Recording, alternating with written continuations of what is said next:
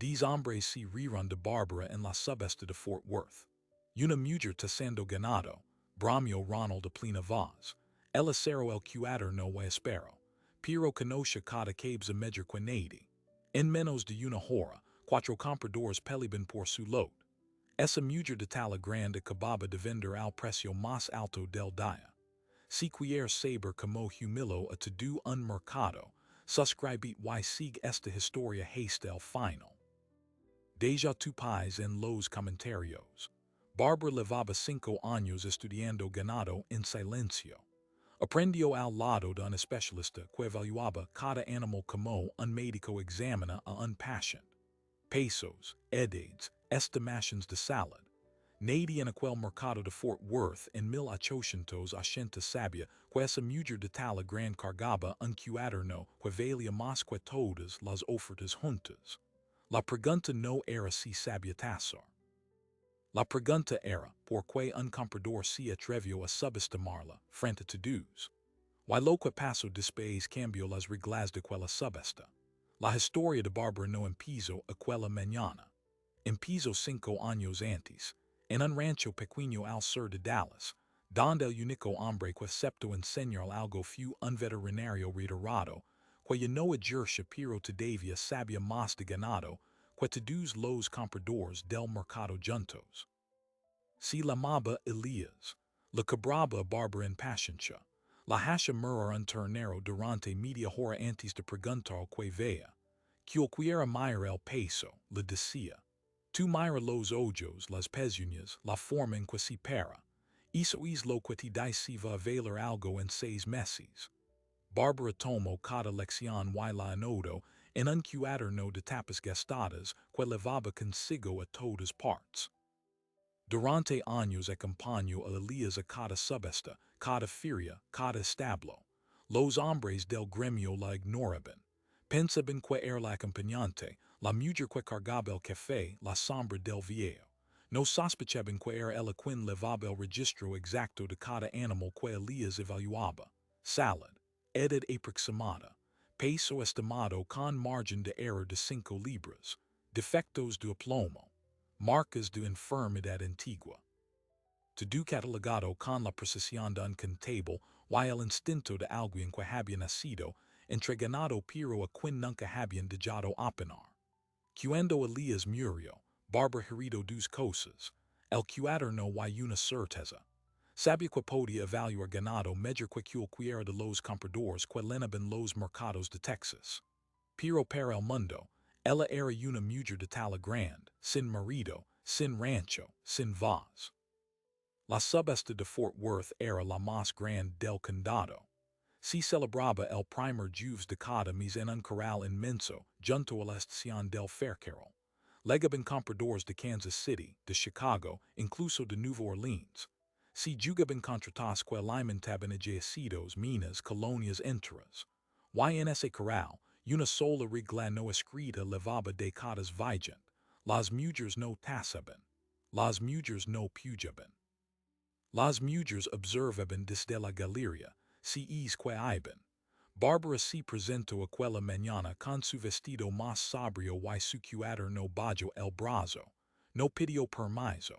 Simplemente caminó hasta el corral, asignado a un lot de 30 cabezas que llevaba semanas sin comprador. El ganado era bueno.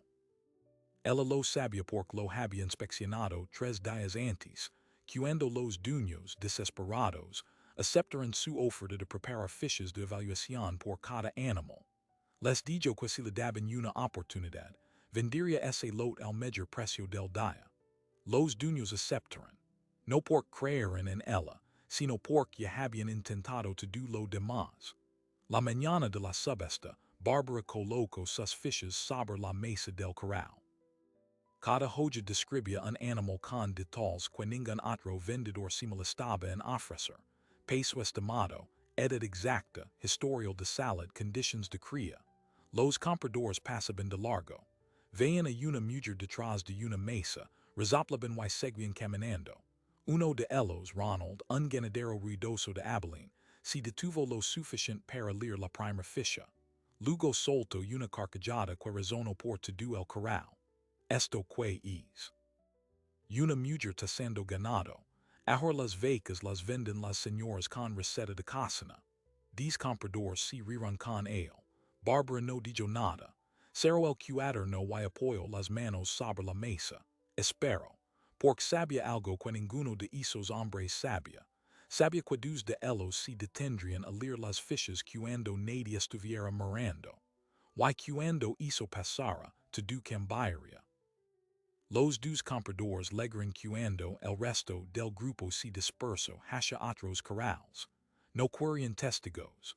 Uno era un hombre delgado, de unos 40 años, con sombrero oscuro y un cuaderno propio que nunca soltaba.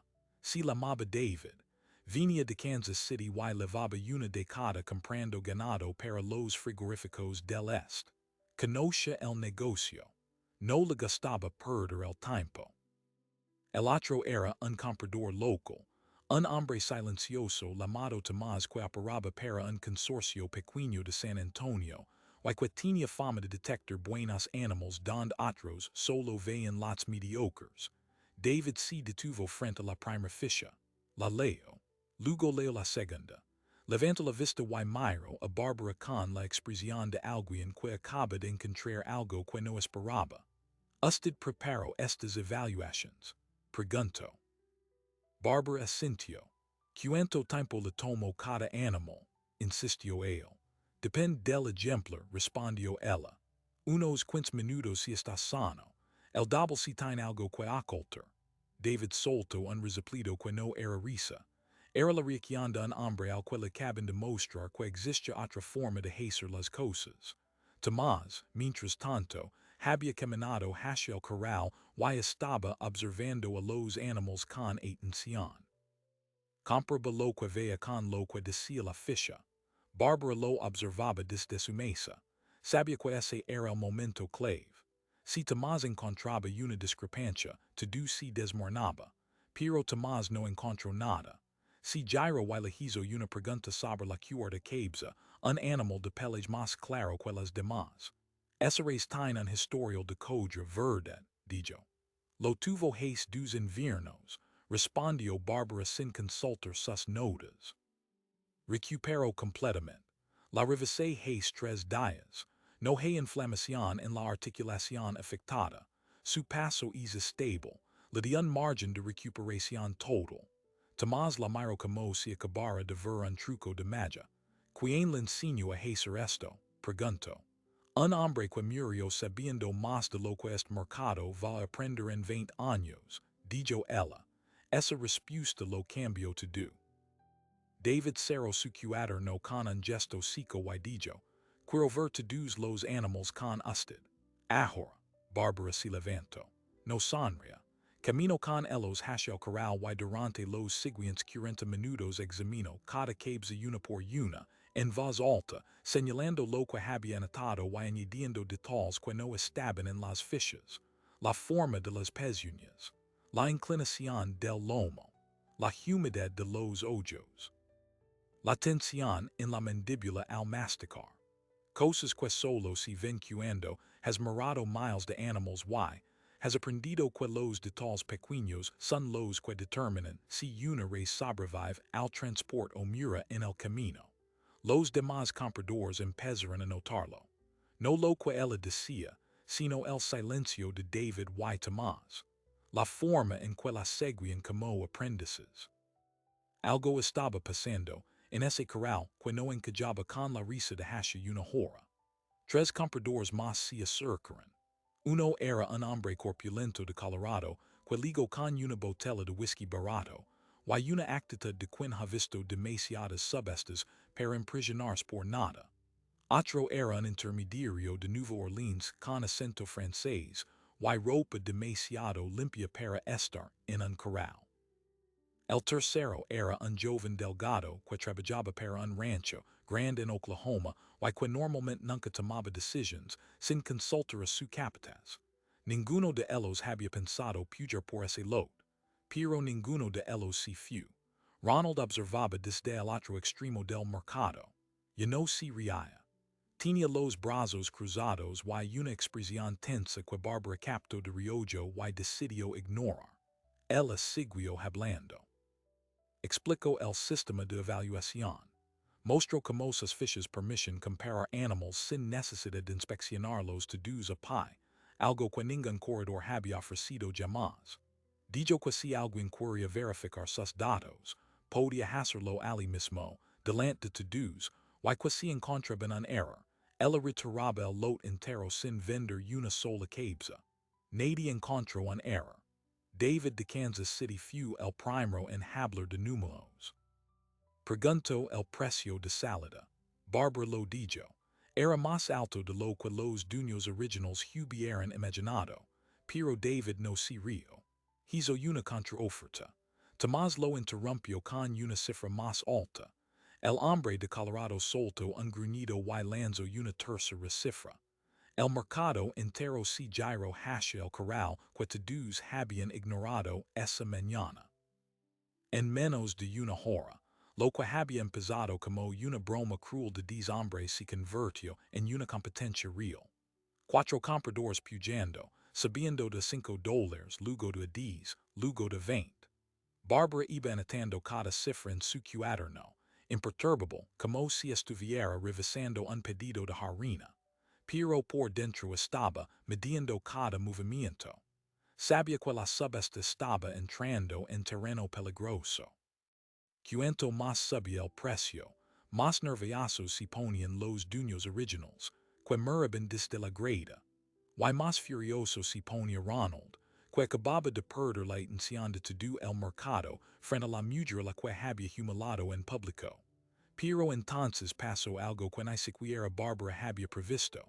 David de Kansas City, que levaba la delantera con la oferta más alta, dio un paso atrás. Miró a Barbara. Luego miró el lot. Y dijo en voz alta, para que todos lo oyeran, no voy a pujar más, pero quiero saber una cosa. ¿Usted tiene más lots como este para el próximo trimestre? La pregunta no era para los dueños, era para ella. Porque David acababa de entender que el verdadero valor no eran esos 30 animals. Era la mujer que había sido capaz de evaluarlos como nadie. Y en ese momento, Ronald se levantó del banco donde había estado rumiando su rabia y camino hacia el corral con paso firme. No a disculparse, a pujar. Porque si aquel lot valía lo que los demás estaban dispuestos a pagar, él no podía quedarse fuera. Aunque quemara la garganta tener que comprar la mujer la que había ridiculizado. Lo que Ronald no sabía era que Barbara había guardado algo especial para él. Algo que cambiaría el desenlace de aquella subasta y que dejaría su nombre grabado en la memoria de todos los presentes. Ronald ligó al borde del corral con la mandíbula apretada y los ojos fijos en Barbara. No pidió permiso. Simplemente se plantó frente a ella y soltó una cifra. Era más alta que la última oferta de David. Lo dijo en voz alta, para que todo el mercado lo oyera, con el tono de un hombre que está acostumbrado a que su dinero imponga silencio. $1,200 por el lot completo, repitió, y miró a los otros compradores como si desafiara a alguien a superarlo. David no dijo nada. Tomás tampoco. El hombre de Colorado se encogió de hombros y dio media vuelta. El intermediario de Nueva Orleans hizo una anotación en su libertad y se apartó lentamente. Ronald sonrió. Creía que había ganado. Creía que su bildura había restaurado el orden natural de las cosas. El hombre fuerte pone el precio y la mujer se cala. Pero Barbara no se caló. Avanzó un paso hacia él y le dijo, Señor Ronald, antes de aceptar su oferta, necesito informar de algo que quizá no ha notado. Ronald frunció el ceño. Este lot incluye 3 animals que fueron separados del grupo principal esta mañana. Están en el corral auxiliar. Si va a comprar el lot completo, tiene que verlos también. El corral auxiliar estaba al fondo, detrás de unos establos, donde los dueños habían dejado los animals que necesitaban revisión adicional. Ronald no lo sabía. Ninguno de los compradores lo sabía, porque Barbara no lo había mencionado antes. Lo había guardado para el momento exacto en que el comprador más arrogante del mercado intentar imponer sin leer las fichas completas. Ronald C. Cuido helado. Ahortados lo murabina ale. Si aceptaba ver los tres animals, admitia que no había revisado el lot antes de pujar. Si negaba, compraba ciegas. Si echaba atrás, quedaba como un hombre que no confía ni en su propia oferta. Barbara lo había acordado con la misma regla que ella impuso al principio, el que compra revisa, el que no revisa no puede exigir. Ronald trajo saliva y dijo, enseñem esos animals. Su voz ya no era tan fuerte. Camino detrás de Barbara hacia el corral auxiliar, y los demás compradores lo siguieron. Lo que encontraron allí fue una vaca con una cicatriz visible en el costado, un ternero más pequeño que el resto y un novillo que cojaba ligeramente. Nada grave. Animals perfectamente comerciables si uno sabía lo que estaba comprando, pero Ronald no lo sabía. Y Barbara sí. Había anotado cada detalle en una ficha suplementaria que ahora le intrigó con toda calma. Estos tres también están tasados, dijo ella. El precio por cabeza que usted ofreció si mansion, pero quería asegurarme de que supiera exactamente lo que se leva, porque yo no vendo lots a ciegas, ni siquiera los compradores que se ríen de mí. La frase que como una piedra en un estanque. David sonrió por primera vez en toda la mañana. Tomás asintió despacio, como quien presencia algo que contará durante años. Ronald, en cambio, estaba atrapado. Ya había ofrecido $1,200 en público. Returarse ahora era confesar que había hablado sin saber. Así que hizo lo único que su orgullo le permitía hacer. Aceptó. Compró el lot completo al precio más alto jamás pagado en esa subasta por un ganado que él ni siquiera había inspeccionado. Barbara cerró la venta con una firma precisa en su cuaderno. Los dueños del ganado bajaron de la grada con lágrimas en los ojos. No podían creerlo. Habían legado esa mañana sin esperanza y se iban con el mejor precio del día. Pero lo que pasó después fue aún más revelador. David de Kansas City no se movió de allí. Se acercó a Barbara y le dijo algo que nadie esperaba. Quiero contratarla. No para vender un lot. Para evaluar ganado de forma regular. Le ofreció un acuerdo para que viajara a Kansas City y aplicara su sistema las compras de su empresa. Le dijo que en 10 años nunca había visto a nadie tasar con ese nivel de precisión y que si él aceptaba, él podía garantizar más trabajo del que pudiera manjar. Barbara lo escuchó sin pestañear. No dijo que sí de inmediato. Preguntó conditions, frecuencia, alcance. Negocio como negociaba todo, con calma y con datos. David, que había llegado a Fort Worth buscando carne barata, se encontró negociando con una mujer que le estaba enseñando a comprar mejor. La noticia corrió por el mercado más rápido que cualquier rumor. En menos de 20 minutos, dos compradores más se acercaron a preguntar si Barbara estaba disponible para futuras subastas. Y entonces Ronald, que ya había pagado, que ya tenía sus 33 animals listos para cargar, hizo algo que dijo a todos en silencio. Camino hacia Barbara, se quitó el sombrero y le dijo una disculpa. Lo dijo en voz baja, sin la fanfarnería de antes. Me equivoqué con usted. Esta mañana me porté como un idiota. Y quiero que sepa que nunca voy a olvidar lo que aprendí aquí. Barbara lo miró un momento. Luego respondió, no hace falta que se disculpe, señor Ronald. Usted hizo algo más útil que hizo. Ronald parpadeó. Me volvió más cara, dijo ella. Si no se hubiera reído de mí, los demás no habrían visto lo que valgo. Usted atrajo al público. Yo solo hice mi trabajo. Gracias a usted, este lot se vendió por el doble de lo esperado. Así que si alguien tiene que dar las gracias aquí soy yo. Ronald no supo qué decir. Se quedó parado con el sombrero en la mano, procesando el hecho de que la mujer la que había humillado acababa de dar las gracias por humilarla. Pork barber intendia algo que Ronald no intendia. El mercado no se mueve solo por dinero. Se mueve por atención. Y esa mañana, Ronald la había dado toda la atención del mundo. La subesta termino al mediodía. El nombre de Barbara corrió de corral en corral. Los dueños de otros lots empezaron a preguntar si ella podía evaluar su ganado para la próxima sesión. Los compradores foráneos anotaron su nombre en sus libretas. Algo había cambiado en aquel mercado. Una mujer de talla grande, sin contactos, sin herencia, sin más avo que un cuaderno lleno de anotaciones y 5 años de estudio silencioso, acababa de romper la regla más antigua del lugar. Y lo había hecho sin gritar, sin pelear, sin pedir permiso, pero lo más importante pasó fuera del corral. Cuando Barbara se retiraba con su cuaderno bajo el brazo, David la detuvo una vez más. Tengo una pregunta que no la hice antes, dijo. ¿Por qué eligió este lot? Pudo haber elegido cualquiera. Había animales más caros, más grandes, con mayores contactos. ¿Por qué este? Barbara respondió con una frase que David jamás olvidaría. Porque era el lot que nadie quería. Y si haces que el lot que nadie quiere se vende mejor que todos los demás, no necesitas pedir trabajo. El trabajo viene a buscar. Esa frase definió el resto de su vida.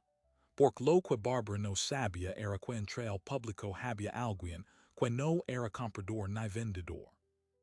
Era un periodista del Bolton Ganadero de Dallas, que había ido a cubrir la subasta para una columna mensual, había presenciado todo. La risa de Ronald, la espera de Barbara, el giro del mercado, la disculpa, y sobre todo, esa frase final junto al corral. El periodista escribió un artículo de 2 páginas titulado La mujer que tasó mejor que todos los hombres de Fort Worth. El artículo se publicó una semana después y ligó a ranchos, mercados y estaciones de ferrocarril en 3 estados. Barbara se despertó una mañana con 3 cartas sobre su mesa. Ofertas de trabajo. Invitaciones para evaluar ganado en otras ferias. Y una propuesta que cambiaría para siempre el sistema de subastas en el sudoeste. Porque alguien había leído ese artículo y había entendido que el método de Barbara no era solo una anécdota, era un modelo de negocio. Y ese alguien estaba dispuesto a pagar lo que fuera necesario para llevarlo a cada mercado del país. El nombre de esa persona no se mencionó en las cartas. Pero Barbara supo, por la dirección del remittente, que la oferta venía de un lugar donde se tomaban decisiones que afectaban a toda la industria ganadera. Y supo también que responder esa carta significaría dejar atrás para siempre la vida que había conocido. Barbara abrió la carta sin remittente al día siguiente. El papel era grueso, de calidad, y el membrete llevaba un nombre que ella reconoció de inmediato. Armour and Company, el consorcio de Chicago que controlaba los corrales de ganado más grandes del país. No le ofrecían un trabajo. Le ofrecían la creación de un sistema estandarizado de evaluación que se aplicaría en todos los mercados asociados, desde Kansas City hasta Nueva Orleans. Querían que ella diseñara las fichas, entrenara a los evaluadores y estableciera los criterios de calidad.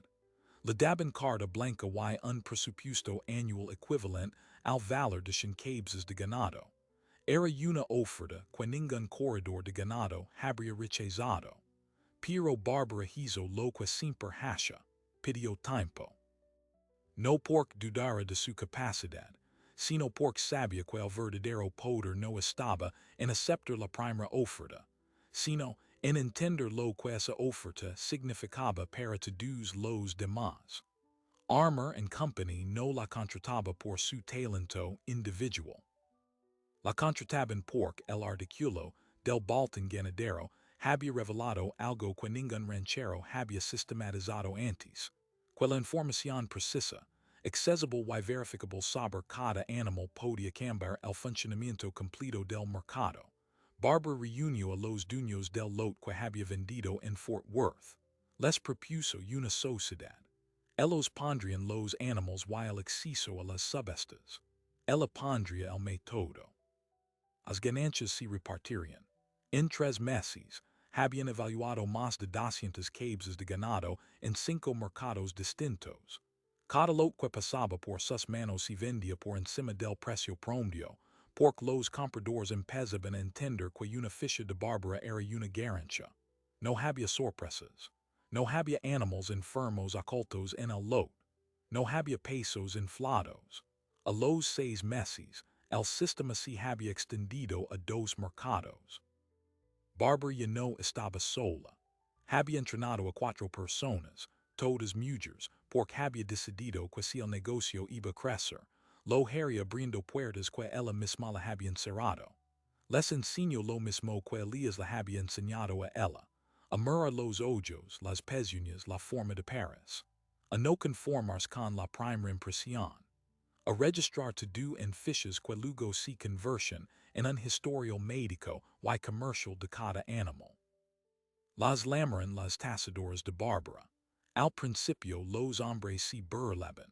Luego empezaron a pagar más por un lote evaluado por ellas que por uno inspeccionado por cualquier corredor tradicional. El artículo del periodista de Dallas tuvo una segunda vida. Un diario de Chicago lo reprodujo con una entrevista adicional en la que Barbara explicaba su método. En ella dijo algo que se volvió famoso. El ganado no miente. Cada animal cuenta su historia si sabes leerla. El problema es que los compradores no aprenden a leer, aprenden a gritar. La frase se imprimió en boletins gremiales y en almanacs de rancheros. Se convirtió en un lema informal de un movimiento silencioso que empezaba a cambiar las reglas del comercio ganadero. Ronald, el hombre que la había humillado, terminó siendo uno de sus clientes más frecuentes. Después de aquella subasta, volvió varias veces. Al principio con vergüenza, luego con interés genuino. Le pidió a Barbara que revisara su propio ganado. Ella aceptó, sin rencor, y le señaló 4 problemas de manejo que le estaban costando miles de dólares al año. Ronald los corrigió. Su rancho mejoró. Y cada vez que alguien le preguntaba por qué confiaba en una mujer para tasar su ganado, él respondía, porque me cerró la boca cuando más lo necesitaba. Pero el momento decisivo llegó un año después de aquella subasta. Armour and Company organizó una reunión de todos los compradores importantes del sudoeste en Kansas City. Barbara fue invitada como oradora principal. Subió al escenario con su cuaderno original, el de tapas gastadas, y lo abrió ante 200 hombres que representaban el poder económico de la industria. Es cuaderno tiene 5 años, dijo. En sus páginas está la historia de cada animal que evalué. Pero también está la historia de todos los que me dijeron que una mujer no podía hacer este trabajo. Si yo hubiera creído esas palabras, ninguno de ustedes estaría hoy sentado aquí escuchando. Porque este cuaderno no vale por lo que contiene, vale por lo que demuestra, que el conocimiento no tiene dueño y que la competencia no entiende dinero. El público se puso de pie. No porque ella hubiera pedido un aplauso, sino porque habían presenciado la transformación de una anécdota local en un modelo de negocio que les afectaba a todos. Esa noche, Barbara firmó el acuerdo definitivo con el consorcio. Su sistema de fichas se adoptó como estándar en todos los mercados asociados, y por cada lote evaluado bajo su método, ella recibía una comisión. El cuaderno de tapas gastadas se convirtió en el documento fundacional de un nuevo sistema de comercio ganadero. Pero hay un detalle que nadie supo hasta mucho después. El periodista que escribió aquel primer artículo no había ido a Fort Worth por casualidad. Había sido enviado por el propio David de Kansas City, que ya había oído rumores sobre una mujer que evaluaba ganado con una precisión extraordinaria. David quería verlo con sus propios ojos, pero no queria comprometers. Así que mando a un periodista amigo para que lo documentara to do sin levantar sospechas. Cuando Barbara lo supo, no se enfadó. Sonrió y dijo, yo también usé a Ronald. Él no lo sabía pero lo usé. Todos nos usamos en este negocio. La diferencia es para que el sistema de Barbara se expandió durante los siguientes 10 años. Para finales del siglo, más de 50 mercados en todo el país utilizaban fichas de evaluación basadas en su método. Las tasadoras que ella entrena abrieron sus propios negocios. Se creó una red de mujeres evaluadoras que transformaron la forma de comprar y vender ganado en el este mercado. Y todo empezó con una mujer de talla grande que se negó a ser humilada, que cerró su cuaderno y esperó, y que convirtió la burla de 10 hombres en la plataforma de su éxito. La última ficha que Barbara escribió antes de retirarse fue la de un ternero recién nacido, hijo de una de las races que había evaluado en su primer subeste de Fort Worth. Lo anotó en la última página de aquel cuaderno original, con la misma letra cuidadosa que había usado durante décadas. Cerró el cuaderno y se lo entregó a la más joven de sus aprendices. Esto ya no es mío, le dijo. Ahora es de todas. Y la joven, que se llamaba igual que ella, abrió el cuaderno por la primera página y leyó la primera frase que Barbara había escrito 5 años antes de convertirse en leyenda. Hoy aprendí que un ternero no se juzga por su peso, sino por sus ojos. Barbara había vivido toda su vida de acuerdo con esa verdad. Y gracias a ella, miles de personas aprendieron a mirar lo que siempre había estado ahí. Lo que Barbara construyó en aquellos años no fue solamente un sistema de fichas o un método de evaluación. Fue una prueba viviente de que el conocimiento silencioso, el que se acumula en los márgenes mientras otros ocupan el centro del escenario, puede ser más poderoso que cualquier prejuicio. Su historia nos recuerda que en cada mercado, en cada oficina, en cada lugar donde alguien es subestimado por su apariencia o por quien es, hay una persona con un cuaderno interior lleno de información que nadie se ha molestado en preguntar. Porque Barbara no era una excepción. Era un ejemplo de algo mucho más común de lo que creemos. Gente que sabe, que observa, que espera su momento, y que cuando ese momento llega, no necesita gritar para que el mundo entero la escuche. Solo necesita estar preparada. La pregunta que queda flotando después de conocer esta historia es incómoda pero necesaria. ¿Cuántas personas como Barbara están ahora mismo esperando su oportunidad mientras otros se ríen de ellas? ¿Cuánto talento se pierde cada día porque alguien decidió que el valor de una persona se mide por lo que percibe y no por lo que sabe? Barbara dejó un legado que aún perdura en los estándares modernos de clasificación de ganado. Su cuaderno original se conserva en un pequeño museo agrícola de Texas. No muy lejos de donde ocurrió aquella subasta. Las fichas amarillentas, escritas con letra cuidadosa, siguen contando la historia de cada animal que ella evaluó. Pero cuentan también la historia de una mujer que se negó a aceptar el lugar que otros le habían asignado.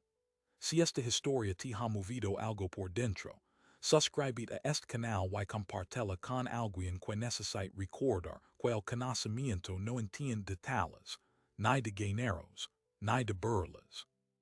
Porque como Barbara demostró aquel día en Fort Worth, cuando cierras el cuaderno y esperas el momento exacto, hasta el que más serio termina pagando el precio más alto. Nos vemos en el próximo documental.